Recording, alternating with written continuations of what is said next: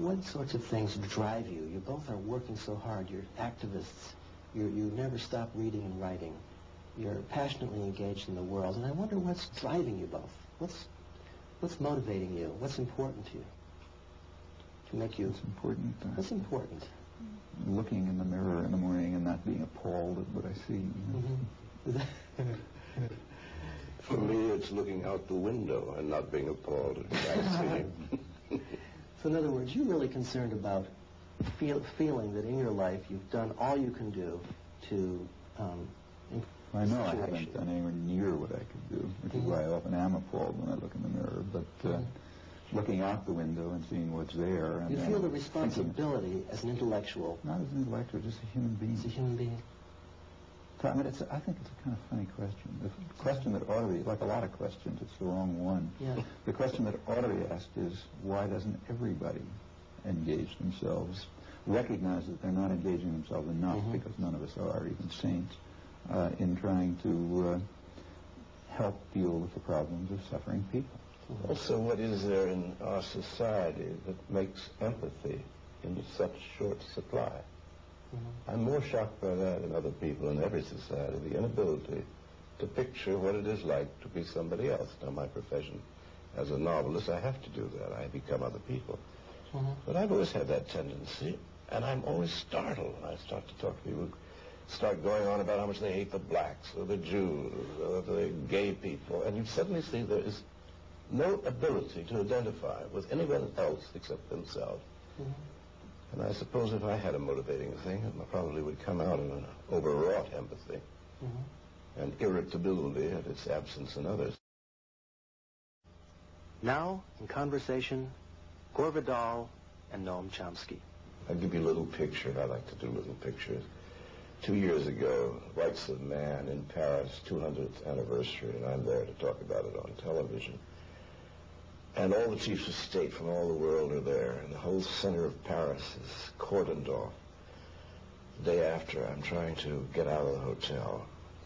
Suddenly down the empty streets comes this black limousine with 2 American flags, and the presidential seal is George Bush and Barbara and the Secret Service. And they go slowly down the street, and I have to walk a couple blocks still trying to find a way to get out of there.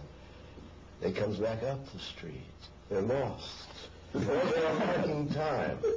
And no one had paid any attention to the Emperor of the West in Paris at this meeting. And I said to myself, this is an odd thing to see the Emperor of the West drifting around the streets of Paris. He's going to have to think of something to do. And he did. He decided to invade a little country? A war. As war is the usual diversion. His son was possibly, allegedly going to prison for his S&L efforts.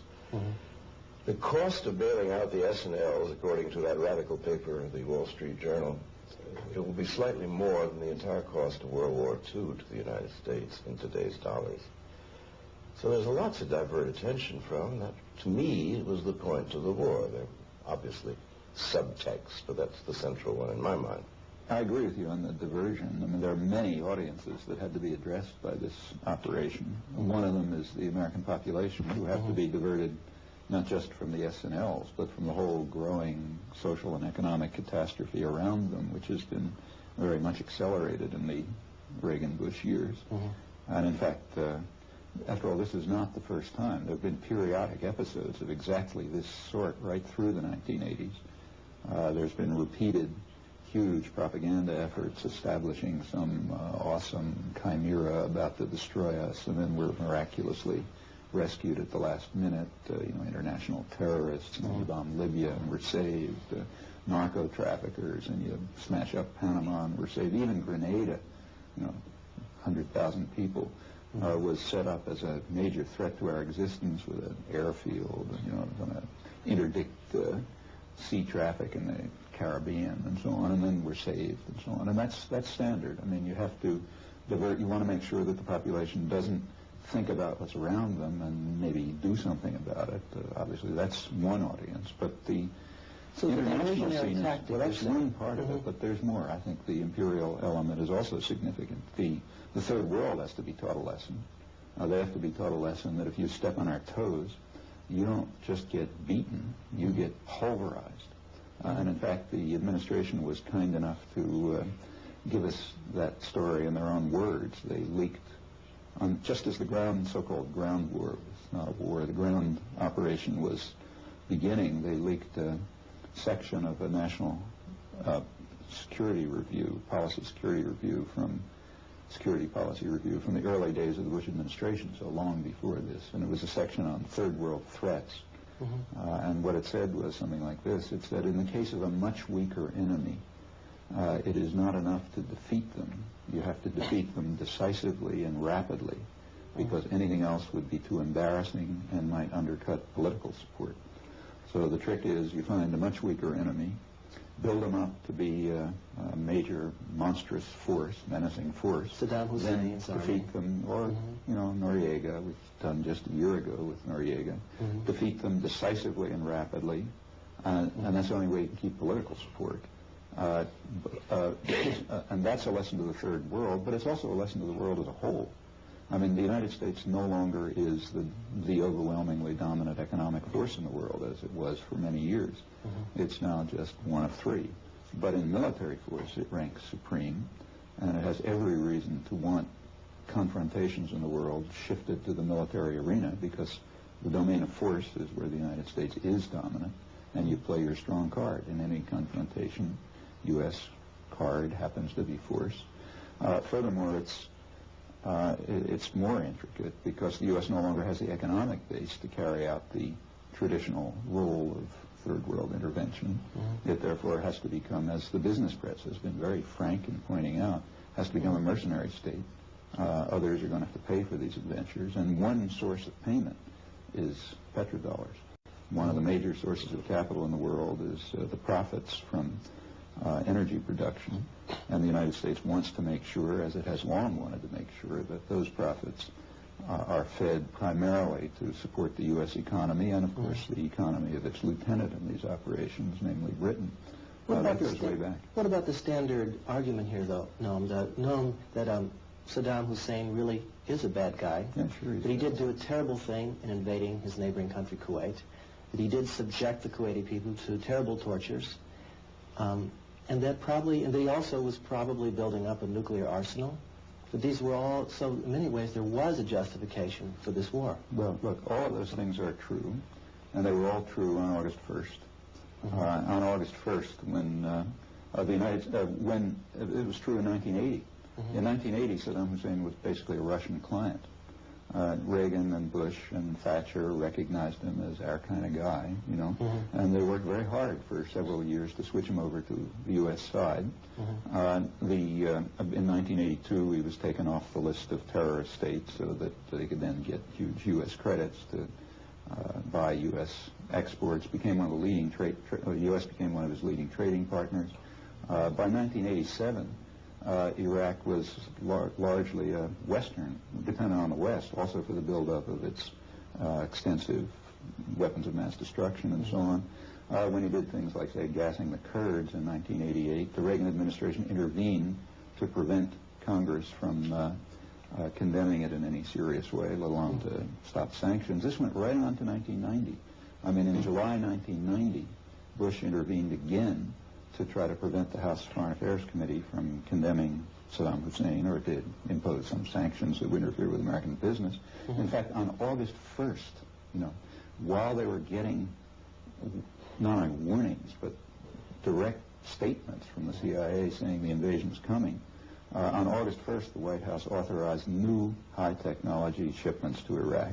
In the preceding 2 weeks, up to August 1st, they had authorized, according to what's been made public so far, who knows the real story, but what's been made public so far, they authorized almost $5 million worth of high-technology aid. To go to Iraq. It went not just to Iraq, it went to the Ministry of Military Industry.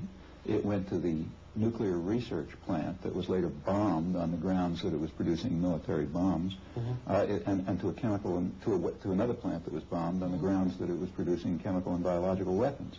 Now, that was 2 weeks before. And it's true that the invasion of Kuwait was a crime, but, his record was so sordid that what it added to it is very slight and was of no concern to the United States. So this makes no sense. What's the turning point? The turning point is he stepped on our toes.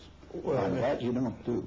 I mean, by the standards of the United States and Britain, you can guess your population, you can torture, you can murder, you can set up one of the most brutal tyrannies in the world. That's all fine as long as you're Arab thug.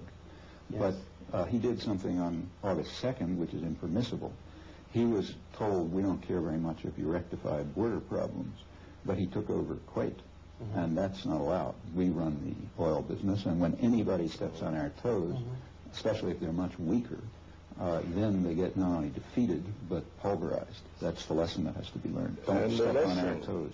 You speak of the lesson to the second and third world countries. Even more important, apropos of my vision of an aimless president drifting lost in Paris, ignored by other leaders, this was a message, a lesson to the first world.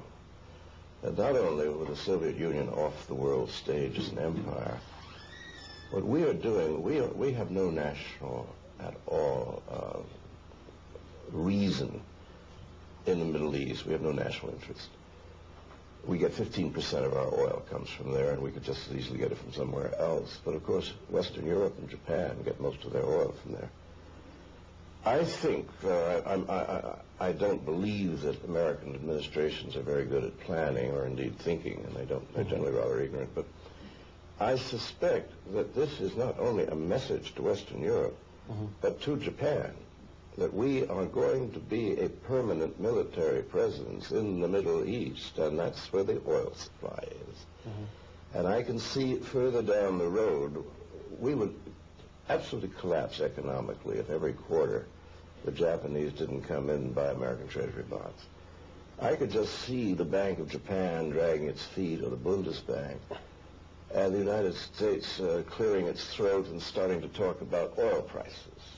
And suddenly they will start buying our Treasury bonds. I mean, it's blackmail. Well, I think that's... Suddenly they will start buying our Treasury bonds. I mean, it's blackmail. Well, I think that's... I don't entirely agree with that. I think there's another factor. It's true that we don't use oil from the very little oil from the Middle East, and as you say, we could get by with none.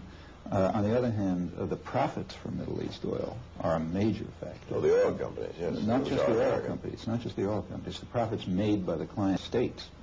They equate. I mean, the way when Britain and the United States set up the imperial settlement for the region, the oil is the idea goes back to Lord Curzon, that you set up what Lord Curzon called an Arab facade, and that then Britain, but later the United States, would rule, would disguise absorption behind the veil of constitutional fictions like buffer state and so on. So you have this Arab facade, which is basically family dictatorships. They manage the oil system for us, but we make sure that we do have there's some leverage over pricing and production. We want that to be in our hands for exactly the reasons you mentioned.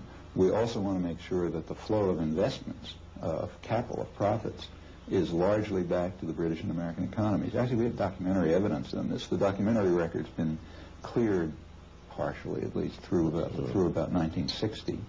And it's very interesting to look at the declassified British and American records after the Iraqi Revolution in 1958. That was the first break in the Anglo-American condominium. So naturally they were hysterical about it. And Selwyn Lloyd flew over to Washington and talked to Dulles and so on and so forth. And they decided at that time to grant some kind of nominal independence to Kuwait to try to dampen the threat of another nationalist revolution there.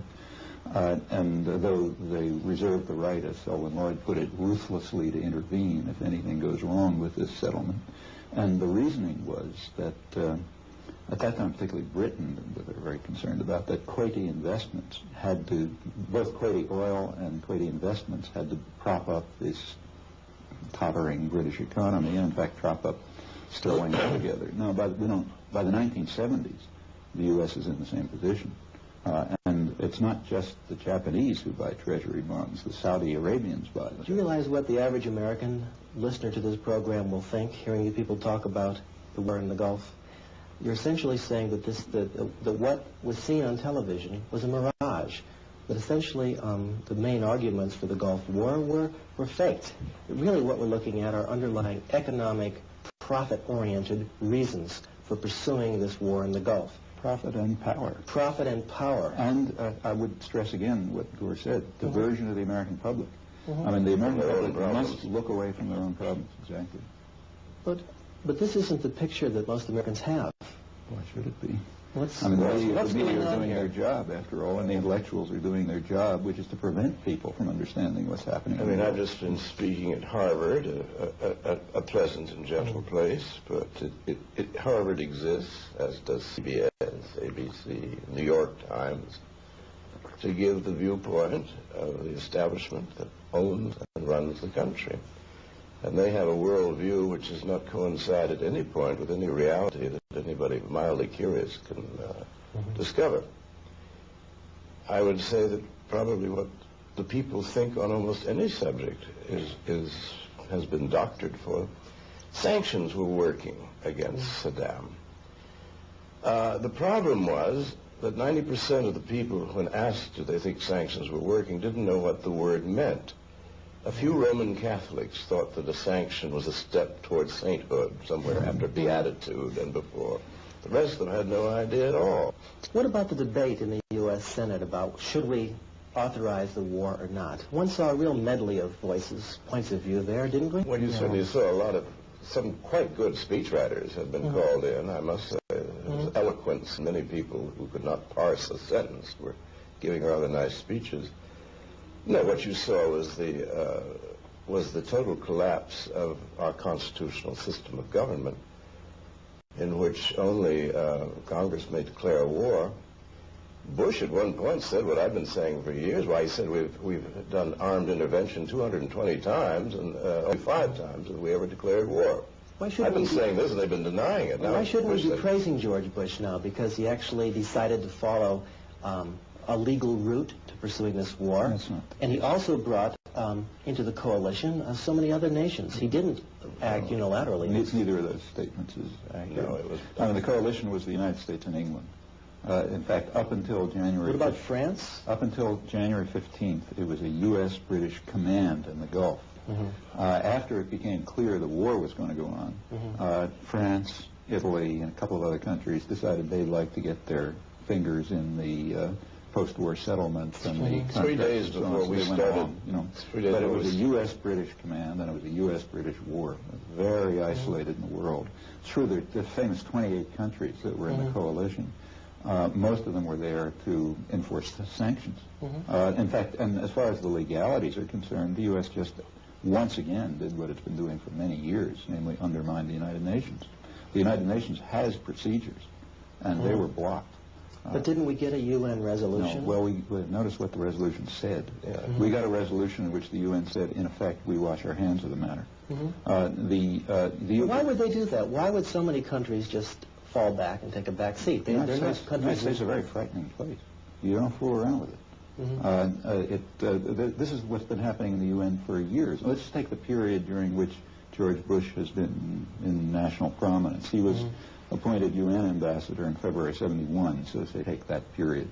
During that time, the United States has vetoed about 2/3 of the Security Council resolutions that have been vetoed by the United States.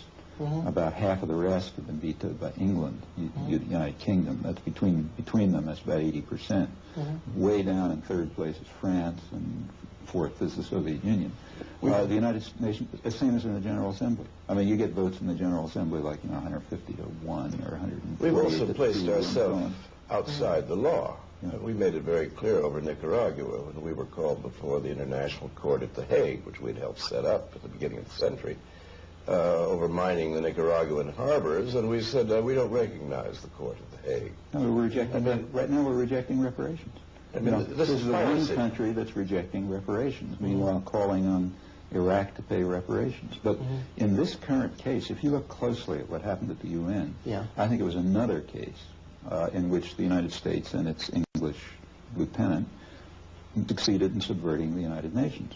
I mean, the UN response was pursue sanctions and diplomacy as usual effort after any act of aggression. It usually is blocked right away by the United States, which vetoes it or undermines it. But look what happened. The United States intervene directly to block diplomacy, I think sanctions probably already had worked. I mean, but we didn't have to go for, in the past, the American presidents wouldn't have gone for UN support in any case. Yeah, but look, this was a Isn't this a turning point for the American empire? No, it's a big operation.